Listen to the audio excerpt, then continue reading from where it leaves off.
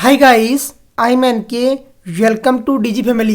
देखिए, हम class 10th के यूपी बोर्ड के मैथमेटिक्स के क्वेश्चंस प्रैक्टिस कर रहे हैं।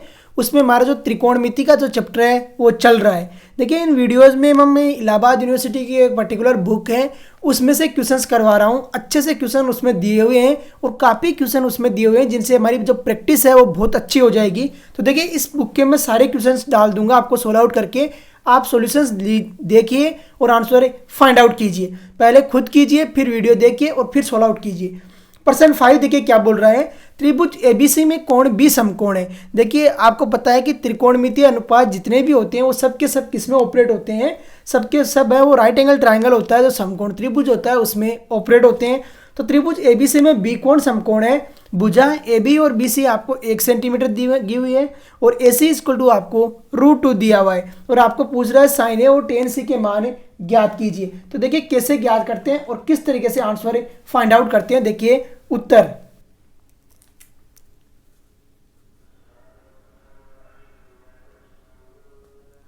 उत्तर सबसे पहले आपको दिया हुआ लिखना है, उसके बाद में जो भी करना है उसके बाद करना है। सबसे पहले दिया हुआ आपको राइट डाउन करना ही है, डाउट नहीं रखना है।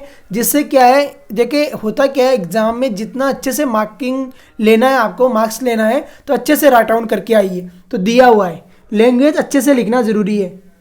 दिया हुआ, दिया हुआ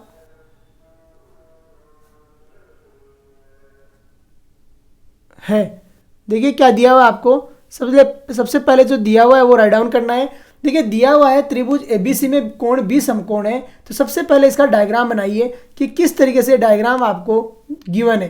तो डायग्राम कैसे बनेगा, त्रिभुज एबीसी है तो ये त्रिभुज आ गया आपका एबीसी। अब इसमें समकोण कौन सा दे रहा है, बी दे रहा है, तो ये आ गया बी कोण समकोण है। बी के अलावा एक ए होगा और एक सी होगा। इन ए और सी को अपने मन से कहीं भी रख सकते हो, कोई दिक्कत नहीं है। ध्यान रखना है जो बी कोण समकोण है उसको पर्टिकुलर उसकी जगह वहीं पे ही रखना है। अब ए बी और बी सी 1 सेंटीमीटर दे रहा है और ए सी कितना दे रहा है, √2 दे रहा है। तो ए बी और बी सी कितना दे रहा है, 1 सेंटीमीटर 1 सेंटीमीटर दे रहा है। तो ये आ गया 1 सेंटीमीटर और ये भी कितना आ गया, 1 सेंटीमीटर। अरे आ जाएगा। और ये कितना आ गया, √2 सेंटीमीटर आ गया √2 सेंटीमीटर।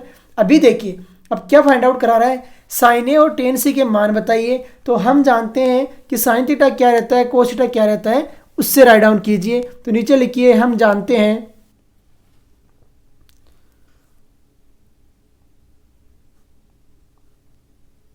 हम जानते हैं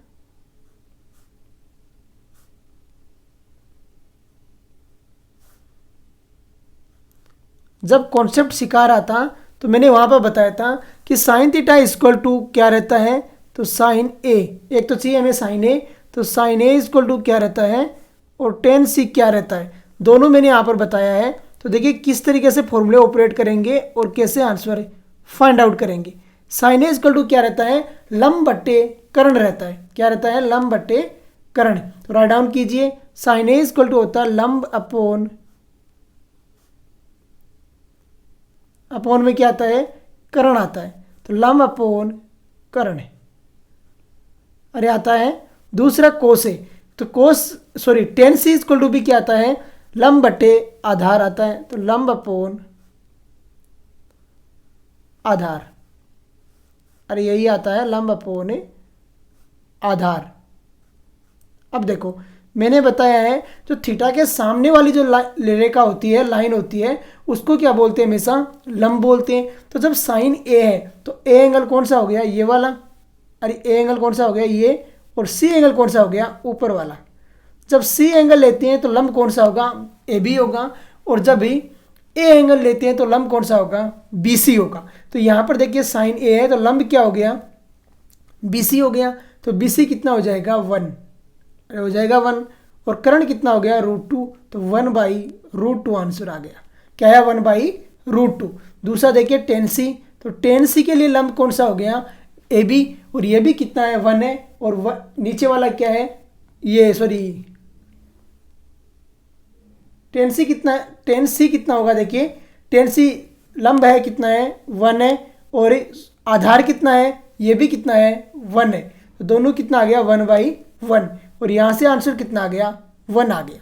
तो देखिए किस तरीके से हमने साइन ए और टेन सी फाइंड आउट कर दिया, जिसमें एक की वैल्यू क्या ही है, दूसरे की वैल्यू क्या ही, आपने अंडरस्टैंड कर लिया है, समझ में आ गया होगा। अगर फिर भी नहीं आया समझ में तो ज़रूर पूछिए, एक बार दोबारा से वीडियो को पीछे से देखिए, अगर नहीं आ रहा है तो फिर ज़रूर पूछिए, मैं आगे वाले लेक्चर में बताऊँगा ज़रूर इसका जवाब।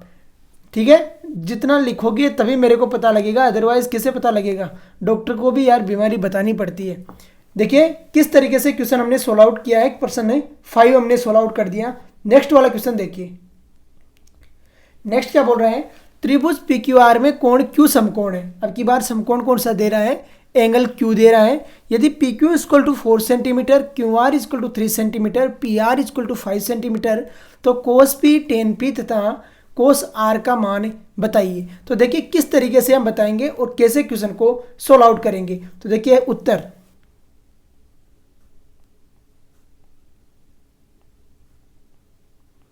सबसे पहले दिया हुआ राइट डाउन करते हैं। तो दिया हुआ है, दिया हुआ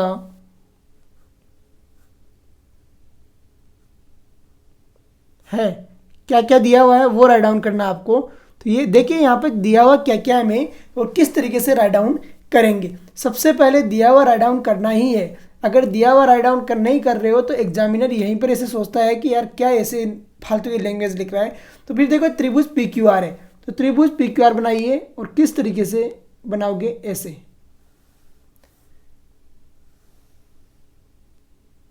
ये बन गया त्रिभुज पी क्यू आर। त्रिभुज पी क्यू आर में कोण क्यू समकोण है, तो ये आ गया कोण क्यू, ये आ गया पी और ये क्या आ गया आर, अरे आ गया पी क्यू आर में कोण क्यू समकोण।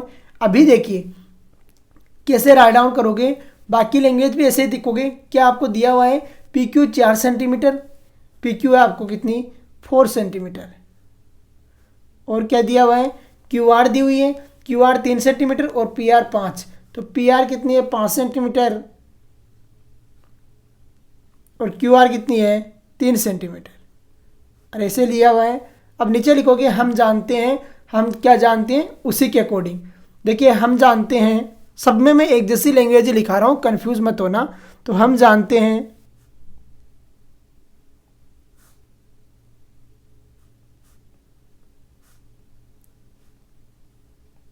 हम जानते हैं, देखिए सबसे पहले क्या जानते हैं, कोस पी चाहिए और टेन पी चाहिए और कोस आर चाहिए। तो cos P equal to, cos P equal to क्या रहता है फॉर्मूला, वो लिखना है हमें। दूसरा क्या है, हमें tan P equal to formula क्या लिखते हैं वो लिखना है, तो टेन पी इक्वल टू, और तीसरा किसका लिखना है, कोस आर इक्वल टू क्या होता है वो फॉर्मूला राइट डाउन करना है।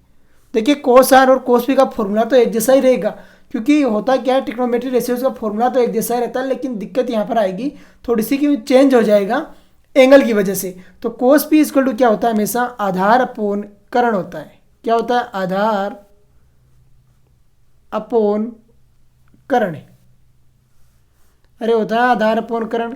दूसरा टेन थीटा इक्वल टू क्या होता है, लंब अपोन आधार होता है। तो ये आ गया लंब अपोन आधार, लंब अपोन क्या आ गया, आधार आ गया। और तीसरा क्या होता है कोस, तो कोस इक्वल टू क्या होता है, आधार अपोन कर्ण। तो आधार अपोन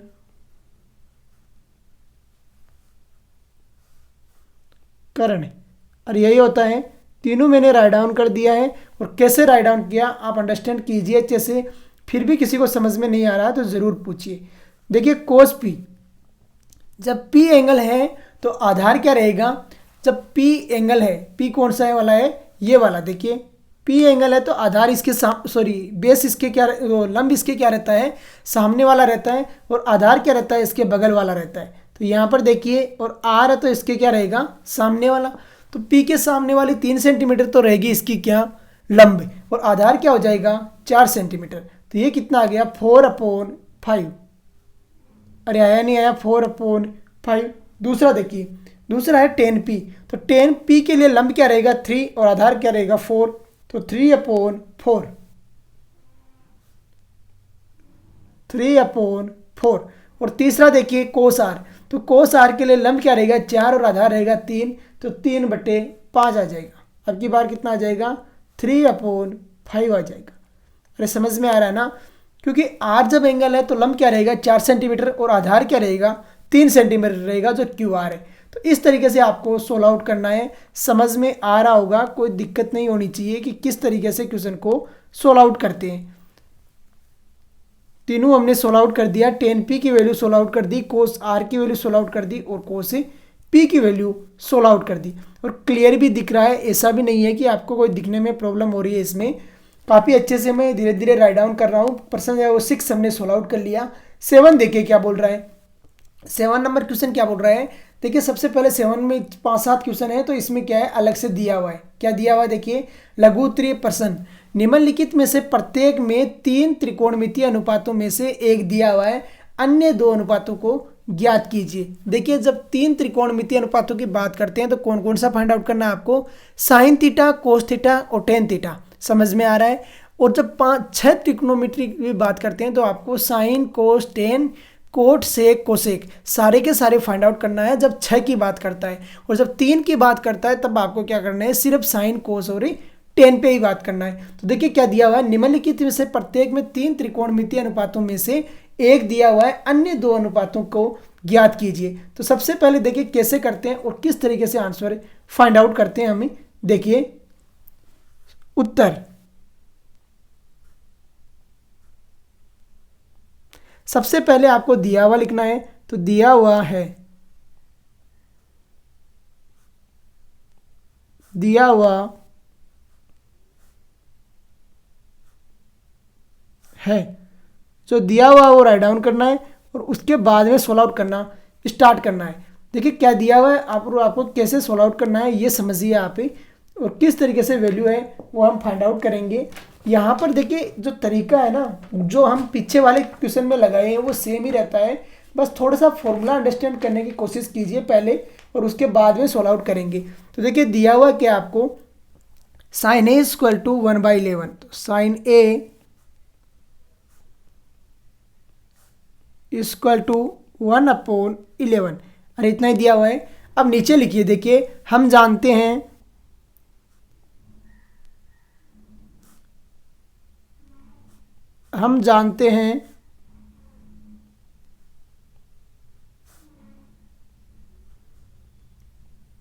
क्या जानते हैं, sine theta equal to sine A equal to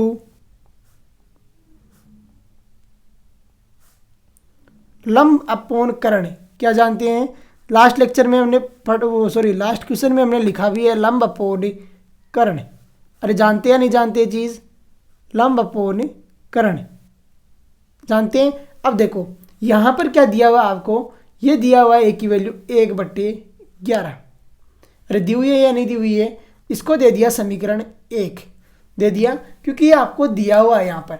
तो यहाँ पर लंब कितना हो गया 1 और कर्ण कितना हो गया 11 हो गया। तो अब यहाँ पर बनाते हैं डायग्राम और डायग्राम बना के सोल्व आउट करते हैं। आपको पता है ट्रिग्नोमेट्री रेशियो होते हैं वो राइट एंगल में ऑपरेट होते हैं। तो राइट एंगल ट्राइंगल मतलब कि क्या, समकोण त्रिभुज जिसको बोलते हो आप, उसमें ऑपरेट होते हैं। ये क्या हो गया आपका, समकोण हो गया 90 डिग्री। और ये कितना है, देखिए आपको अगर ए एंगल मान लिया ये वाला है, अरे ये मान लिया एंगल, तो ये वाला कितना हो गया ए, ये हो गया बी और ये क्या हो गया सी। ए एंगल किधर मानना है, या तो ऊपर मानना है या साइड में, 90 डिग्री नहीं होता है साइन ए, ठीक है।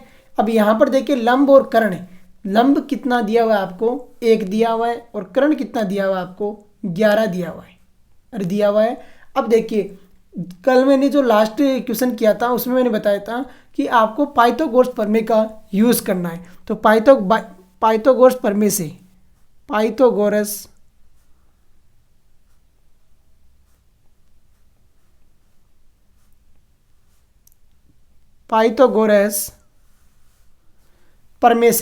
पाइथागोरस प्रमेय का यूज़ करना है और फिर सोल्व आउट करना है। तो पाइथागोरस प्रमेय से क्या करोगे, देखिए पाइथागोरस प्रमेय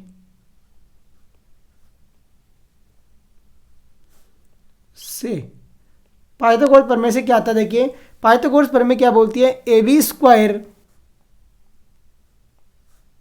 ए B square plus B C square वो इक्वल होता है किसके, ए सी स्क्वायर के। किसके इक्वल होता है, ए सी स्क्वायर के। अरे होता है नहीं होता है। यहाँ से आपके पास में क्या आ गया, देखिए ए बी स्क्वायर आपको फाइंड आउट करना है, तो A B square is equal to A C square, मतलब 11 का स्क्वायर।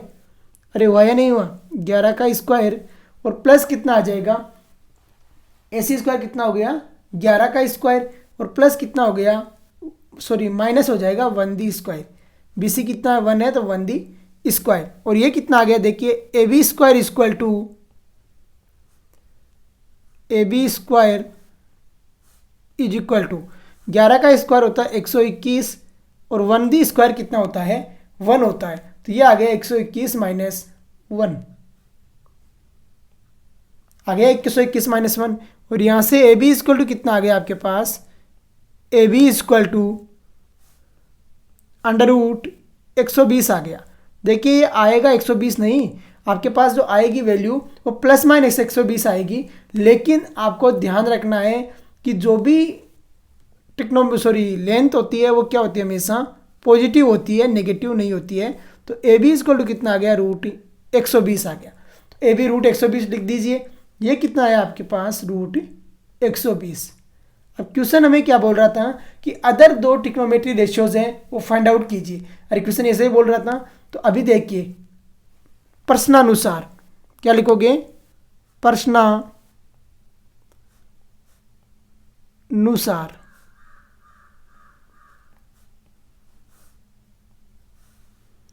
प्रश्नानुसार चलिए। तो प्रश्न क्या बोल रहा है, आपको दिया हुआ था साइन ए और अभी क्या फाइंड आउट करना है, कोस ए। तो कोस ए इक्वल टू सबसे पहले तो फॉर्मूला लिखिए। क्या जानते हो आप, आधार अपोन कर्ण होता है। क्या होता है, आधार अपोन कर्ण। और यही होता है प्रश्नानुसार, आधार अपोन कर्ण। दूसरा क्या है, टेन ए। तो टेन ए इक्वल टू लंब अपोन आधार होता है। तो ये क्या आ गया, लंब अपोन आधार। लंब अपोन क्या आ गया, आधार आ गया। देखिए कैसे सोल्व आउट कर रहे हैं और किस तरीके से वैल्यू को फाइंड आउट कर रहे हैं। लंब अपोन आधार आ गया। अब देखिए वैल्यू को रखिए, आधार अपोन कर्ण और लंब अपोन आधार। क्या है आपके पास, कोस ए। तो कोस ए क्या है, आधार अपोन कर्ण। तो 1/11 आ जाएगा ना, सॉरी कितना आएगा, आधार अपोन कर्ण। आधार कितना है, जब ए एंगल है तो आधार आ जाएगा रूट 120 और ये आ गया 11। कितना आ गया, रूट 120।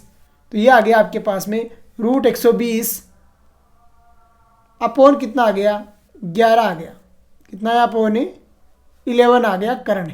दूसरा देखिए आपको है लंब अपोन आधार। तो लंब कितना आपका 1 और आधार कितना है रूट 120। तो 1/√120 आ गया। कितना आया, 1 अपोन रूट 120।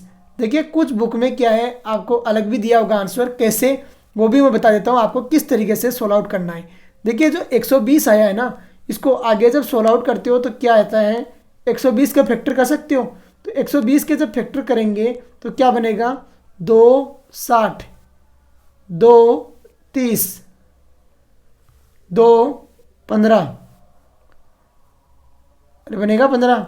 यहाँ 3 और यहाँ कितना आ गया, 5 आ गया। और ये कितना आ गया, 5 और ये आ गया 1, 15 है ना। तो यहाँ से इसको और क्या लिख सकते हैं हम, 5 थी 15 और 15 टू 30। तो इसे और भी लिख सकते हैं हम, क्या लिख सकते हैं, ए बी इक्वल टू, देखिए क्या लिख सकते हैं इसको, ए बी इक्वल टू, इसको हम लिख सकते हैं 2√30। क्या लिख सकते हैं, 2√30। तो ये वैल्यू भी हम कई बार यूज़ कर सकते हैं। तो यहाँ पर क्या है, ये भी आपका आंसर बन सकता है। तो क्या बन जाएगा यहाँ से, जब ये वैल्यू यूज़ कर दोगे तो क्या आ जाएगी, 2√30 अपोन 11। तो आपको डाउट आ रहा होगा कि ये कैसे आंसर दिया हुआ है। तो ये आंसर भी इसी से निकल के आता है, रूट 120 से। इसे क्या लिख सकते हो, 1/2√30 लिख सकते हो। तो देखिए कैसे सोल्व आउट किया और किस तरीके से वैल्यू को हमने फाइंड आउट कर दिया। समझ में आ रहा होगा। फिर भी किसी को दिक्कत है तो ज़रूर पूछिए, उसका मैं रिप्लाई यहाँ दूंगा अगले लेक्चर में। तो देखिए किसी को कोई भी क्वेश्चन में प्रॉब्लम आती है तो ज़रूर बताइए, बताओगे तभी उसका सोल्यूशन निकल पाएगा, अगर नहीं बताओगे तो उसका सोल्यूशन निकलना बड़ा मुश्किल है। तो देखिए क्वेश्चन को कैसे सोल्व आउट करना है और किस तरीके से आंसर फाइंड आउट करना है, ये प्रॉपर मैंने क्वेश्चन को एक को करके बता दिया है आपको। फिर भी किसी को दिक्कत है तो ज़रूर पूछ लीजिए। नेक्स्ट क्वेश्चन देखिए क्या बोल रहा है और किस तरीके से सोल्व आउट होगा। पर्सन 7 है वो हमने सोल्व आउट कर लिया अच्छे से। अभी देखिए पर्सन 8 देखिए, पर्सन 8 क्या दिया हुआ आपको, कोस बी इक्वल टू दिया हुआ है 12/13। तो देखिए कैसे सोल्व आउट करते हैं और किस तरीके से आंसर फाइंड आउट करते हैं। सबसे पहले लिखिए हल, उत्तर।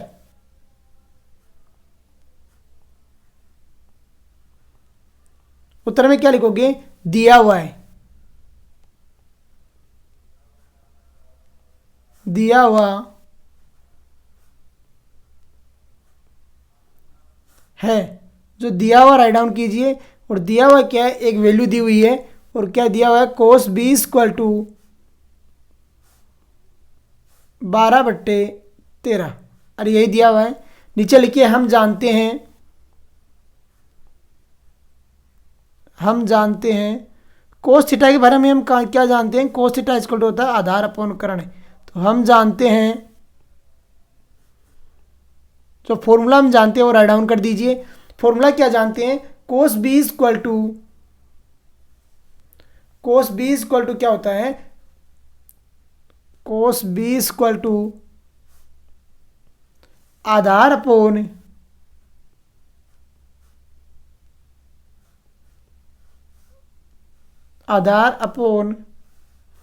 करण होता है। अरे होता है नहीं होता है, आधार अपॉन करण। और वो यहाँ कितना दिया हुआ है, 12/13 दिया हुआ है। कितना दिया हुआ है, 12/13। अब देखिए सबसे पहले आपको डायग्राम बनाना है और उसके बाद में सोल्व आउट करना स्टार्ट करना है।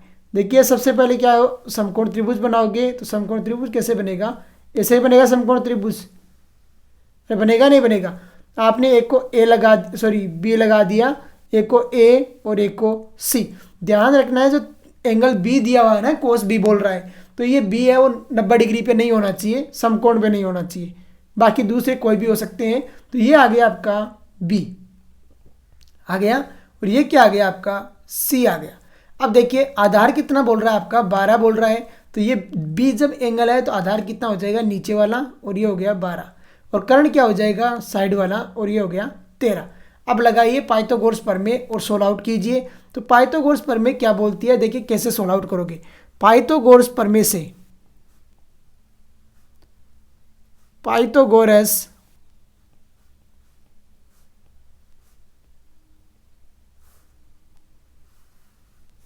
प्रमेय से, पाइथागोरस प्रमेय से, पाइथागोरस प्रमेय देखिए क्या बोलती है और कैसे सोल्व आउट करोगे। पाइथागोरस प्रमेय बोलती है कि A B square equal to A B square plus A C square equal to क्या होता है, बी सी स्क्वायर की।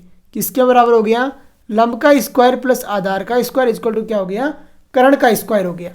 अब देखिए आपके पास में क्या है, ए बी दिया हुआ है, तो ये हो गया 12 का स्क्वायर प्लस ए सी आपको गिवन है, ए सी नहीं गिवन है, तो ए सी स्क्वायर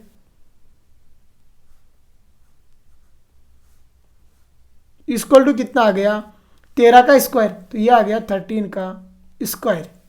अब देखिए ए सी स्क्वायर इक्वल टू कितना आ जाएगा, ए सी स्क्वायर इक्वल टू, पता होना चाहिए आपको 13 का स्क्वायर कितना होता है, 169 होता है, और 12 का स्क्वायर कितना होता है, -144। कम से कम 25 तक याद कर लीजिए स्क्वायर को अच्छे से। ए सी इक्वल टू देखिए कितना आएगा, ए सी इक्वल टू ये आ जाएगा, दोनों में निकला कितना आया, 25 आया, और ए सी कर रहे हैं तो √25 आ जाएगा, ये आ जाएगा। और यहाँ से ए सी कितना आएगा, +-5 आएगा। लेंथ हमेशा पॉजिटिव होती है, आपको +5 ही लेना है, -5 नहीं लोगे। अब देखिए कैसे सोल्व आउट होगा आगे और किस तरीके से वैल्यू फाइंड आउट होगी। ए सी कितनी आ गई आपकी, 5 आ गई, अरे आ गई 5, तो इसको लिख दीजिए 5। 13 है, 12 है और एक क्या आ गई आपकी 5 निकल के आ गई। अब देखिए कैसे सोल्व आउट करते हैं। नीचे लिखोगे प्रश्नानुसार,